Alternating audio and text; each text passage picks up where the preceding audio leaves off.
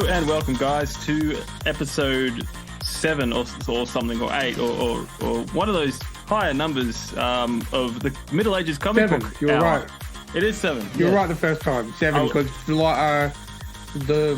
last Ronin had 5, and this is the second issue of Kraven. Yeah. But we also did a interview one with Jamie Johnson. Some semantics. Yes, semantic. That's why I was going 7 or 8. You just don't know. How are we going, Ryan? I'm good, mate. How are you? I'm living the dream. Got off work early just so we could record this at an unconventional hour. But I'm feeling good. Have you been reading anything other than Kraven? Yeah. I've been getting. I think I might have. If you can't think of a next comic, I think I might have found another one. It's kind of topical because it's based on the new Superman movie, Superman Legacy, that's coming out from James Gunn. I've been rereading All Star Superman, which is that's a 12-issue arc. Awesome. So it's a little bit longer, but it's definitely worth the read. It's a little bit of an sort of a half Elseworld story, sort of a. Yeah. It can be. It's open to interpretation. It can be set outside or inside canon. But yeah, it's actually quite good. So I've been reading that a little bit. That's about it reading wise at the moment. I've been wanting to do a lot more reading, but just haven't really had the time at the moment, believe it or not. Yeah, no, I've actually a controversial opinion. No, not opinion, controversial announcement. I've actually never read a Superman comic. Well, not one at all. I've never read one. Wow. I mean, not even Red Sun. No, dude, not even Green Sun or Blue Sun or any sun. Well, Red Sun's a controversial Superman Elseworld where he lands in Russia instead of Kansas, so that's a really good one to read. I've heard about them. I've seen a lot of the cartoon movies because Chris, our good friend Chris, he just watch this, watch that. I really loved the Flashpoint movie. That was incredible. Justice League Dark, that was a great movie. Yep. Yeah, DC definitely know how to do an animated movie. I'll give them that. 100%.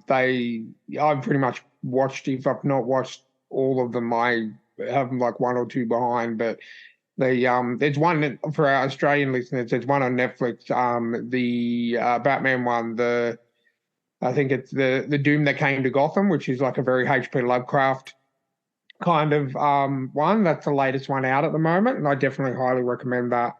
I'm pretty sure it'll be on HBO Max or Max for our American listeners. But yeah, definitely check that out. It's the Batman, the Doom That Came to Gotham. It's kind of a period piece. But yeah, definitely worth a watch. Awesome. Well, look, we've got a lot to talk about. It's a great Kraven's Last Hunt issue. Again, yes, a lot of poetry. I'll be saying that a lot of words. I'll be saying poetry a lot.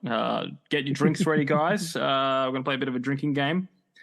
But we had some news pop up. One that I'm excited about and one that you might be excited about. There's all these Ninja Turtle crossovers, right? Yes. The Street Fighter, Stranger Things, Ghostbusters, whatever. Do you know what like one of the very first crossovers was? No, not too familiar. Like, was it the Transformers or Ghostbusters or something? No. This goes way back to like 80s or 90s. Usagi Yojimbo. Oh, yeah. Usagi. Good old Usagi. I've always loved Usagi. Well, yeah. Usagi is moving from IDW to Dark Horse. Oh, wow. Oh, okay. And we've got a new run coming. Oh, it's not really? It's not really a new run. It's the same run because it's the same writer. Stan Saki's been writing it since the begining. So it's a comic series been going for like 30, 40 years with the same writer. And I don't know much kind of like Hellboy with Mike. I forget his name. You'd think I'd remember it, but same situation. The Hellboy has been written by the same guy since he came out. So very few people can say that they've actually done that. Yeah. So there you go. It'd be I'm good. excited. The new series is called Ice and Snow, and I have pre-ordered it. And I will be reading it, and I will tell you all about it when it comes out. I think it's out in December or something. Well, speaking of Usagi Jimbo, I have been having a lot of fun playing him in the Ninja Turtles, the Shredder's Revenge. In the DLC, you can get him and play through arcade mode as Usagi Jimbo, and it's actually really cool. I think he's one of my favorite characters that came out in the DLC to play through. With because of the variety of different moves he's got. Obviously, he's got his swords, but obviously he's a rabbit, so he's very fond of kicks and punches. And I haven't read very much of him in the comic world, but I'm having a lot of fun playing through the story again with his character when the DLC dropped a couple of weeks ago. So that should be good. That might be a good point for me to jump on and have a read, especially if it's going from IDW over to Dark Horse. You know, that'd be good. Probably a good jumping on point. Yeah. I've got a few of the comics. I got like the collections volume omnibus almost. I think. I got one that's a crossover with got Turtles and him in it because obviously these Ninja Turtles come out and then this guy's like, hey, a samurai rabbit. Obviously they have to meet. Oh, definitely. And it's like Usagi's world, like they're all animals. So you got pig ninjas and and it's just like it's super creative and it's super fun. And he's pretty much a Ronin. He's like the last Ronin before there was the last Ronin with the Turtles. The last Ronin, because he is a Ronin. Usagi is a Ronin. It's probably where they got the idea from. Hey Kevin, if you're listening, is this where you got the idea from? Well, seeing as how you and Kevin are good mates, maybe he is listening. Hey, well, Kevin's got a signed copy of my book. I've got a signed copy of his book. So it's only fair. But also speaking of the Ninja Turtles crossovers, I've been reading a new one. Well, not a new one to me. Is the Boom Studios put out a Power Rangers. But with the Teenage Mutant Ninja Turtles, which is actually really good, 6-issue limited run. I'm about probably halfway through issue 3.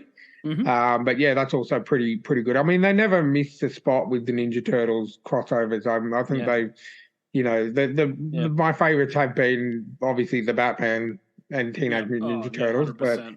But some of the other ones, like the Stranger Things one's going great. I read the Street Fighter one not long ago.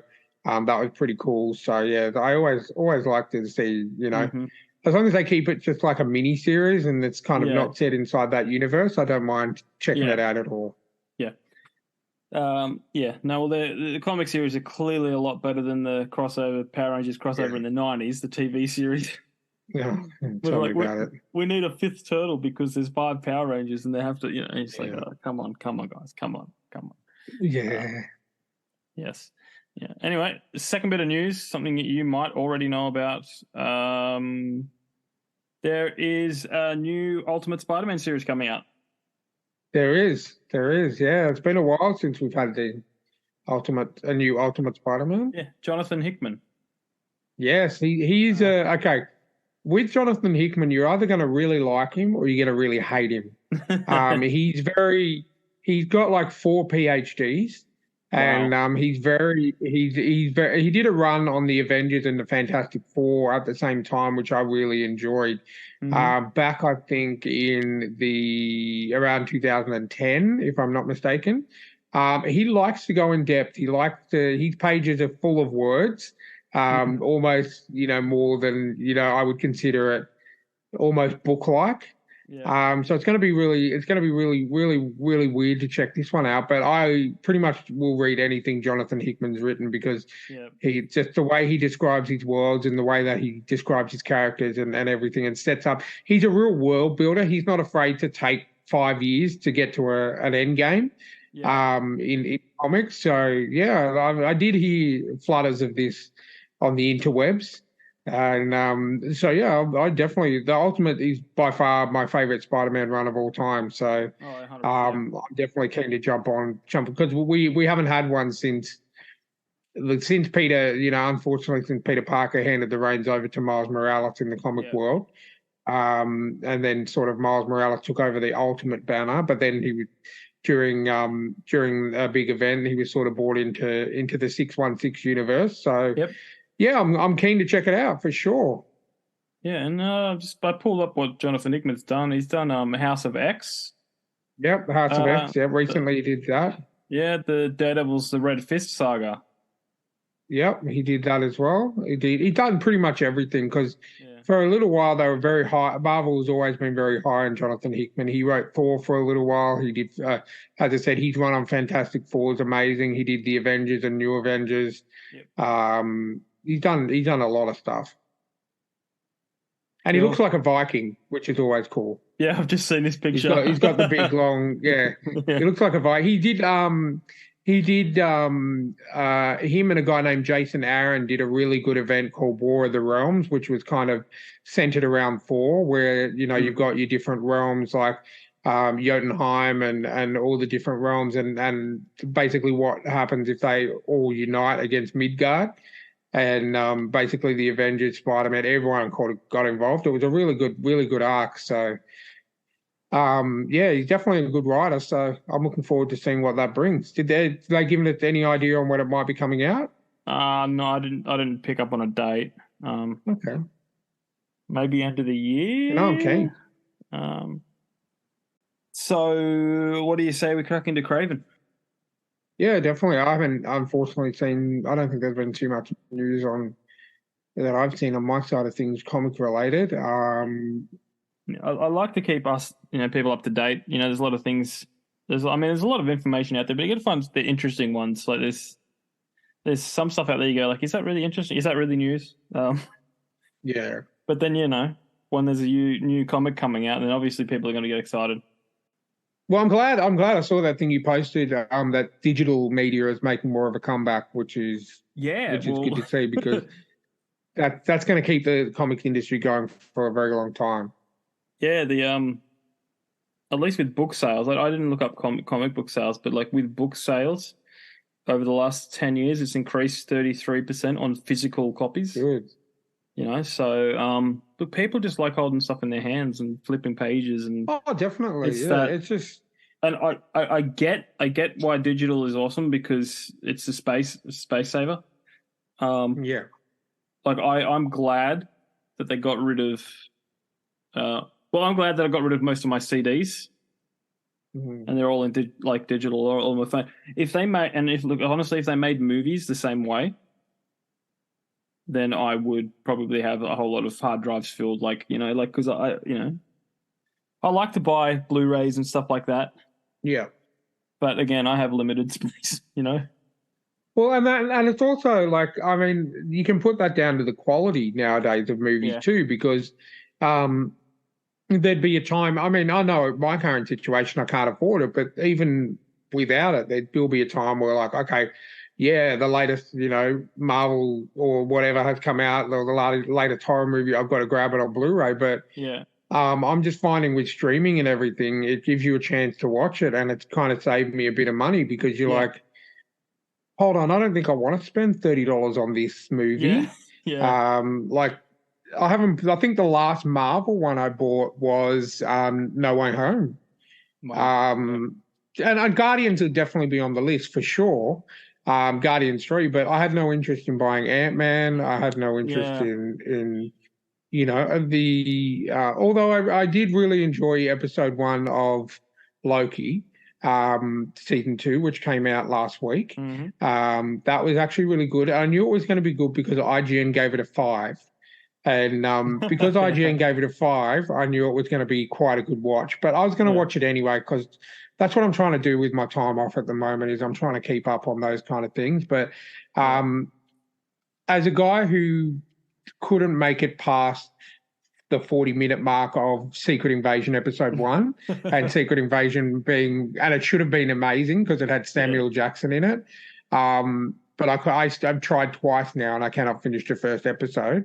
To the fact that I watched Loki and I wanted more. So, but I think that comes down to the cast as well. You got people like Owen Wilson, you got Tom Hiddleston, It just and I always forget this guy, and I really hate it. The guy from Everywhere, Everything, All at Once.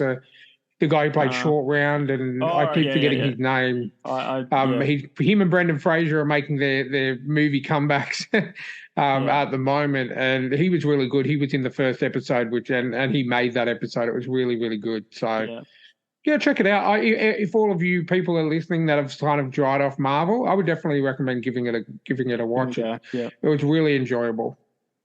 Awesome. Yeah. So. Issue 2 of Kraven's Last Hunt. It is called Crawling. You being the comic book expert, Ryan, there's a new character introduced in this. There is. You know where I'm going. And I know who it is. It is not the lady that falls down the sewer, unless you want to give me a backstory about her. No. But Vermin. I swear I've heard him before. I don't know much about him, but do you just want to give us a breakdown? What do you know about Vermin? So basically, Vermin was originally a Captain America villain, believe it or not. So he was created by Adam Zola, who we all know from the Captain America movie, who worked with the Red Skull, and also so basically his name was Edward Whelan. He was a geneticist, as they all are, as all of our characters that get turned into mutated animals. They're always scientists or geneticists. So basically, he was working for Baron Zemo and Arnim Zola. He was subjected to his own experimentation, which unfortunately mutated him into a human rat hybrid, and not in a good way like Master Splinter. Basically, it gave him what it did. It gave him the superhuman strength, predatory instinct, and the predatory instincts of a rat, but it also unfortunately diminished his mental capacity. So it took away his intelligence, which is unfortunate because he was quite a brilliant geneticist. He first showed up in Captain America 272 back in the best year of the world, 1982, which was my birth year. And he was also created by the guy who wrote Kraven's Last Hunt, J.D. Matteo, back in August of 92.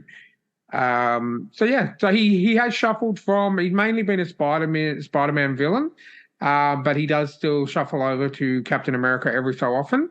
It's just so be a bit like Kingpin.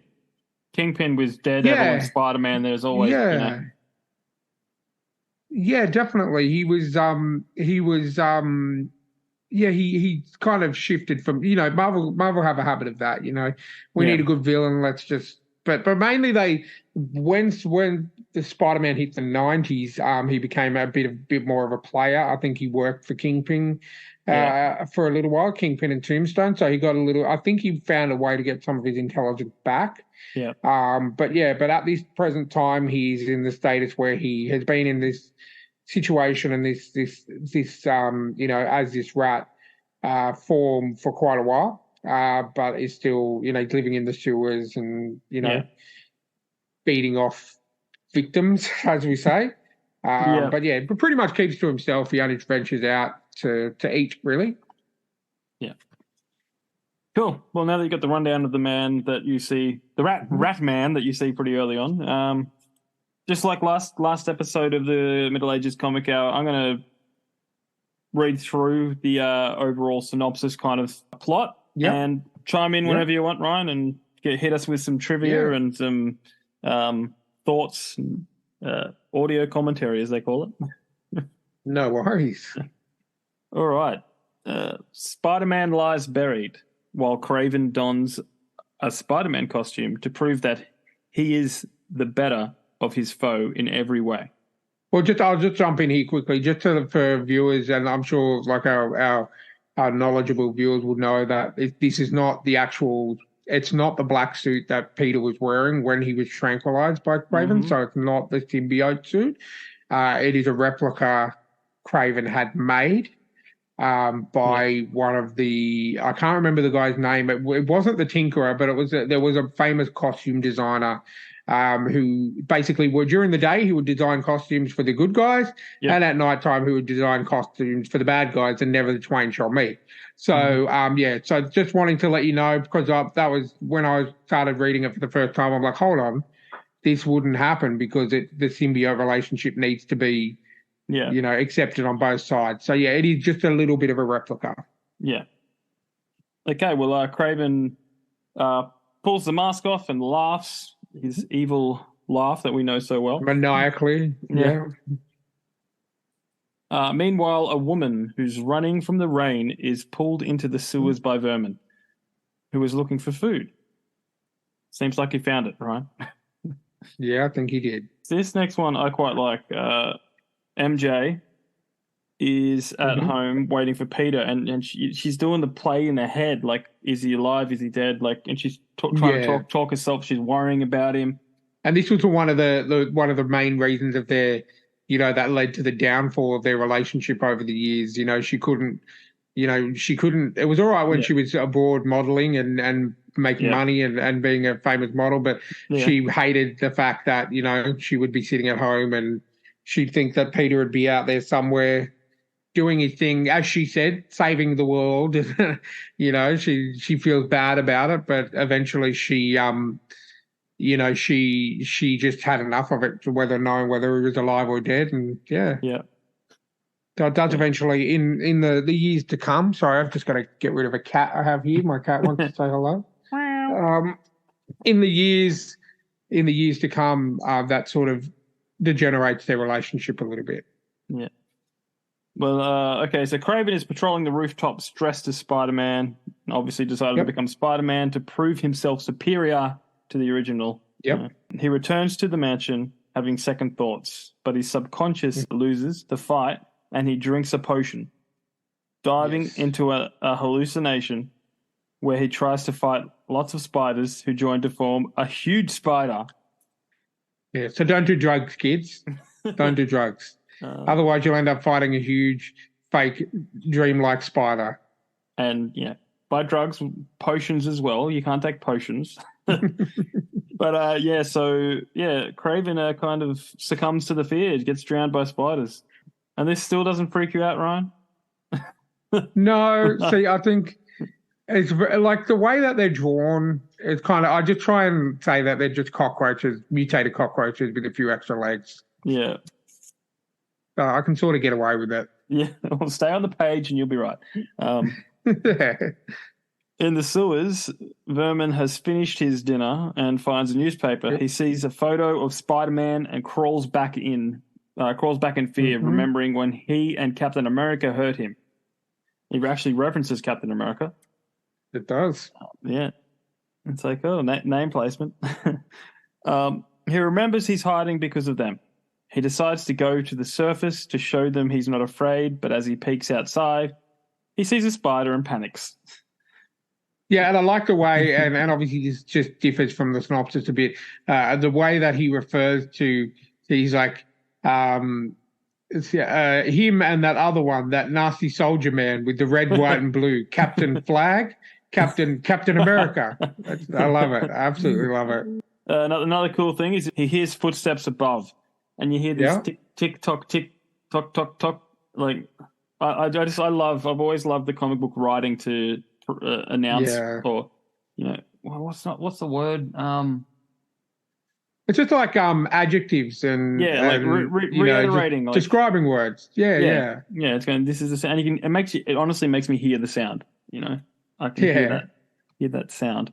The footsteps are Mary Jane's, who's out looking for Spider-Man, and a couple of guys try to hit on her, but she tells them to get stuffed, and they don't seem to be very happy with it. So in typical all Spider-Man fashion and the thugs in the Spider-Man world, they're like, okay, now we're going to follow her now.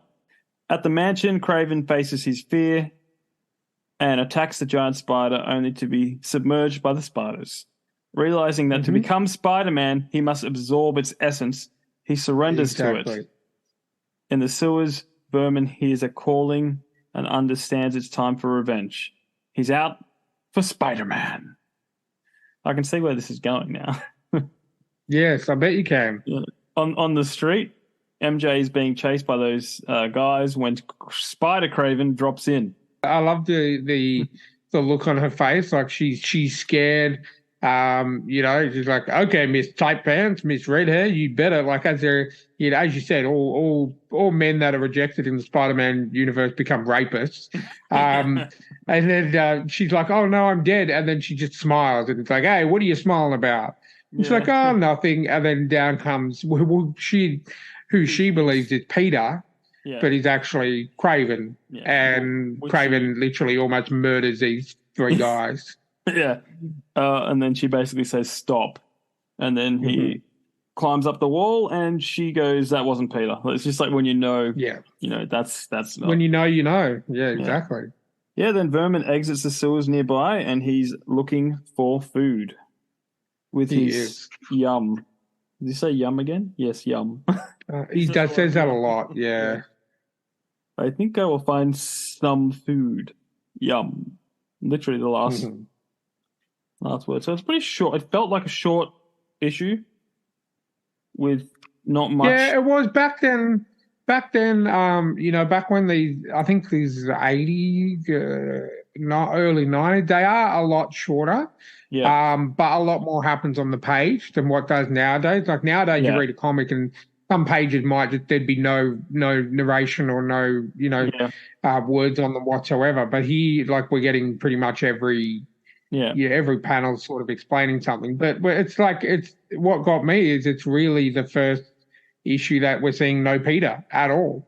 Yeah, well, that's but you're true. Seeing the evolution, you're seeing and I don't know if you picked up on it. You're seeing, obviously when it cuts back every so often to the grave, there's a rat on there, which is sort of hinting through to Vermin, going to chase the Spider-Man, and then on the very last one, you see there's a spider crawling up the grave instead of the rat. So, indicating to me that the chase is on. And we're about to get a big interaction between Kraven Spider, as I call him, and Vermin themselves, because even Wikipedia says that this is one of Vermin's highlights of his so-called villain career, with Kraven's Last Hunt. So, we're seeing. Look, it's mind you, it's only part 2, and back in the 80s, they love to build things up. They like the slow burn. It's not like where we've come off The Last Ronin and it's action, cliffhanger. They had a story to tell and they had to tell it quickly. And whereas this is part of an ongoing Spider-Man saga, so it's just one of the many, many hundreds of tales that have been told within that series. Look, I'm enjoying it. That's why I picked it. It's a different era.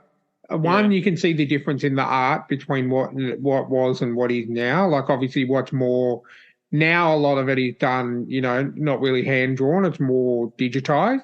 Whereas back in the 80s and 90s and even the early 2000s, you're looking at hand drawn, colored. Yeah. Not so much CAD drawn. You're looking at people are actually sitting at a desk coloring and drawing these images as they go. Not to say that digital work isn't just as difficult. I'm just saying you can tell the differences in the art styles. Yeah. And I remember when having these issues when they first came out, they just smelled different. You know what I mean? Like they have that old newspapery smell and feel. And it also gives you an idea of how far writing's come since then, because we're looking at The Last Ronin, which essentially came out. Well, I think the first issue came out in 2021 and sort of finished up early this year, late last year. And we're looking at a comic here which is essentially 40 years old, 35, 40 years old. So you can tell a difference in the writing styles as well. Yeah.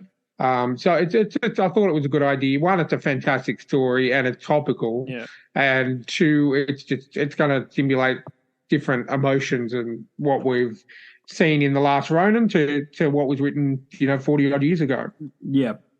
I think it's a great pick because like you said, we start off with something modern, but then we jump back 40 years 30 40 years and it's great. Like you can almost see the influences like in modern comics from the older stuff. I love when you find, like, for example, when you find out that, like, when Jamie Johnson was on talking about Turtles, how Ninja Turtles is a love letter to Frank Miller and Daredevil. Yes. And like you can see the similarities. Yes. Like I never picked up on it until someone said, "Did you know that this is?" And then going, "Oh, the foot. Oh, the the hand. Yeah, the foot, the hand. Splinter, stick. And you're going, "Wow, this is But like, it's not that obvious if you don't think about it. If you just and I love when modern comics really take a inspiration and influence from the early stuff. Oh, well, definitely. I think a lot of stuff, from the 90s to the early 2000s, it was either a love letter to Frank Miller. Well, you got Frank Miller, who's done like The Dark Knight Returns. Obviously, he did things like Daredevil, but then he also had there's one on the tip of my tongue, and it just slipped me. Sin City. He wrote Sin City, which was absolutely great. And then you've got around the same time you've got Alan Moore, who did Watchmen, and he did a really good run on Swamp Thing as well. A lot of it was a very darker toned, nitty gritty street kind of level stuff. Not everything had to be world-ending Thanos or Galactus or whatever. It's all about. This is just simply about a hunter and his prey. And a couple of fights along the way, you know what I mean? I mean, the next issue we get to see, like it's a little preview, it's called Descent. And I think it's called Descent for a few different reasons. The descent into the sewers for the fight with Vermin, and Kraven's descent into madness just a little bit more. So I'm really looking forward to talking about that in a couple of weeks' time as well. But look, around this time you've got amazing artists and writers like John Romita Jr. As I said, Frank Miller, Alan Moore, Todd McFarlane, all these brilliant. It was a very dark time for comics, you know what I mean? Yeah. And that's why we're getting these nitty gritty stories, which I think are quite good. It's quite different from what we're looking at the moment in nowadays. Yeah. And that's why I think if we go to a Superman story like All-Star Superman next year, we're going to Happy Days Life. You wait and see. Like All-Star Superman, I think came out around 2012, and you just wait and see the color and writing differentiates a lot. So yeah, cool. Well, if we can't think of anything better, then they'll definitely do that one next time. And I actually did, and I told you, but I subscribed to Last Ronin 2. Yes, which I'm looking very, very much forward to that. Good finding found a good comic. They probably know me by name now. Comic site that just a store here in Australia that does all the subscription stuff, and it's online and nice, super easy. Well, how are they going to do it? Everyone's dead. Yeah. No, not everyone's dead, but from the front cover, from the front cover, it looks.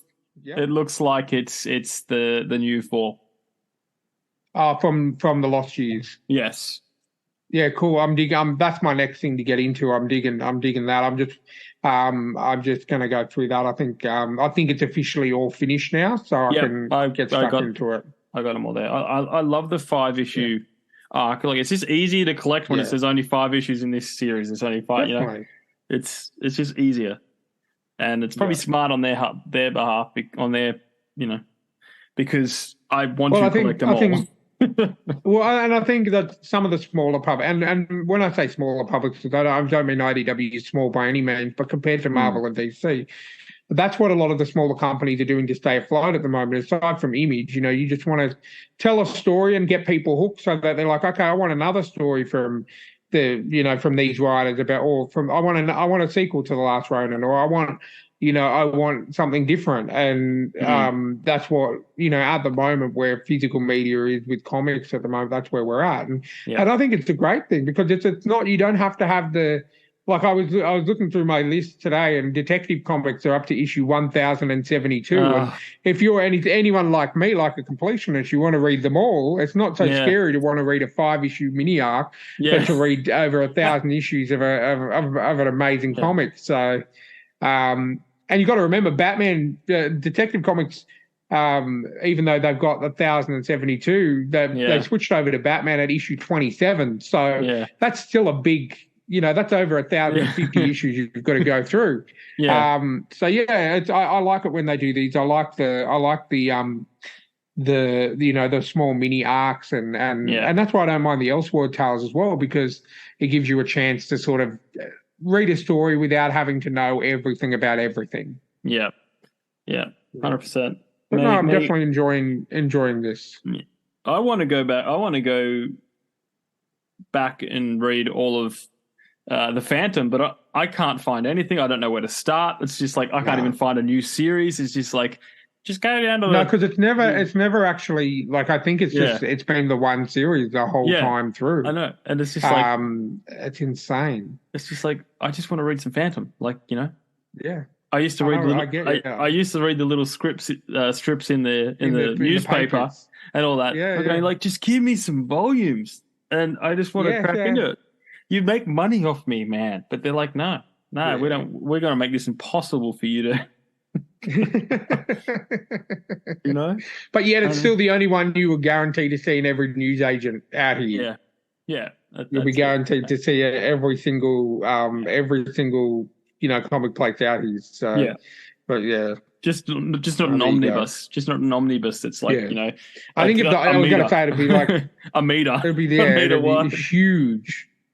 It'd be absolutely huge. But no, I'm really, really, really enjoying this. I'm glad we're doing Spider-Man with the new Spider-Man game coming out soon. Yes, very soon. Which I'm very, very excited for. Steph and I made a promise to each other when I get my money from my super. Everything is going on bills, but we get to buy one game each, and I'm going to buy Spider-Man, damn it. Awesome. Because I can guarantee you it's worth the money because I've replayed the first one and Miles Morales over and over about 10 times at least already. Yeah. So it's definitely good money. I walked into work today and there were calendars sitting there, and I just picked up a pen and wrote on the Monday of the weekend of Spider-Man, RDO. Yeah, no. Like I'm not working this day. 3-day weekend. I think you and me will be very quiet over that weekend. Yes. Yeah. Dude, I'm looking forward to it. Yeah. It's gonna be great. Well, this may have been a little bit of a shorter episode, guys, but thank you for listening. As always, if you want to reach out, send an email to thetrueandthefictional@gmail.com. Follow us on Instagram at stories_podcast. And if you're Big Bad Toy Store listening or AussieComics.com, reach out, be a sponsor. Head on over to buymeacoffee.com/STTATF. Link in the show notes. Just send Jamie an email and send us some free stuff because I guarantee you I've spent more money on comics and comic related things in my life than anything else in my entire life. So if you want to be kind and show some of that love, hit us up and send us some stuff. But if you guys are listening and you've got an arc that you think that we should be listening to, hit us up. 9 times out of 10 we'll be able to track it down. Yeah, 100%. And if you're a video game developer or a comic book writer, we'll do reviews and we'll be honest about them. We won't be like Rotten Tomatoes and IGN. And we cannot be bought. Well, yes, we can, but we just won't tell anyone about it. And you won't know that we've been bought. Yes, exactly.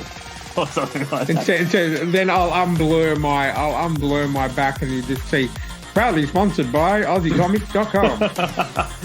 100%. All right, guys. We'll catch you in a fortnight for the next issue of Kraven's Last Hunt. Next week, it'll either be a main episode or a story chat episode, but we'll leave you hanging there. We'll see what happens. You just have to tune in to find out. Yes. The title of the episode will be blank. It'll be ... All right, guys. Catch you next time. See you next time.